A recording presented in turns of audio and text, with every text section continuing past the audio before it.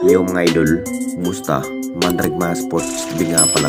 Ating pag-usapan, Barangay Ginebra may bagong import at Arvin Tolentino is back to Ginebra. Pero bago mo nga yan, kung bago pa lang sa aking channel, huwag mong kalimutang subscribe at click ang notification bell para like ang updated sa ating latest upload natin. So nagplano na nga rin ang upunan ng ating Barangay Ginebra ngayong season mga idol.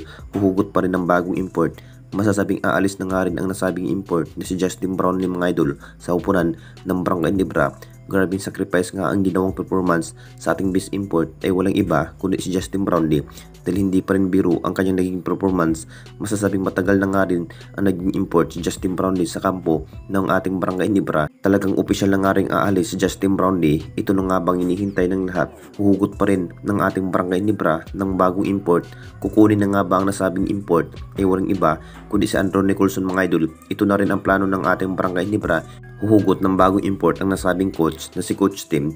Jackpot na nga ba ang kupunan ng ating Barangay Ginebra kapag huhugot ng bagong import? Dahil lakas pa rin si Andrew Nicholson mga idol sa Bendit area. Siya na rin ang naging import ng Biria Dragon mga idol sa ating liga. Makapagtala pa rin ang nasabing import ng maraming maiitala kapag mabibigyan ng mahabang playing time ang nasabing player. Alam na nating lahat mga idol sa kakayanan ang nasabing player mga idol. Nabigyan na nga rin ang kupunan ng Biria Dragon, pero ngayon pa lamang po talagang ito na nga rin ang napili ng Jing Kings na si Andrew Nicholson ang magiging import ngayong season. Mapapalakas na nga ba ang magiging pwersa ng ating Jing Kings kapag matutuloy ang nasabing player magiging import ng Barangay Ginebra? At dito na naman tayo sa isa pa nating balita. Arvin Tolentino is back to Ginebra. Alam na nating lahat mga idol, isa na nga rin ang nasabing dating ex-Ginebra player na si Arvin Tolentino mga idol. Malapit na nga rin mag-expire ang kanyang magiging contract sa kampo ng ating Barangay Ginebra. Talagang matutuloy na nga rin ang hinihintay ng lahat na mapupunta si Arvin Tolentino sa kampo ng Barangay Ginebra. Mapapaganda na nga ba ang takbo ang magiging sistema dahil isa rin si Arvin Tolentino sa makusay player ng Northport Batangas. Siguro maging impact na nga rin kapag matutuloy ang nasabing player na numbalik na nga rin ang magiging lineup.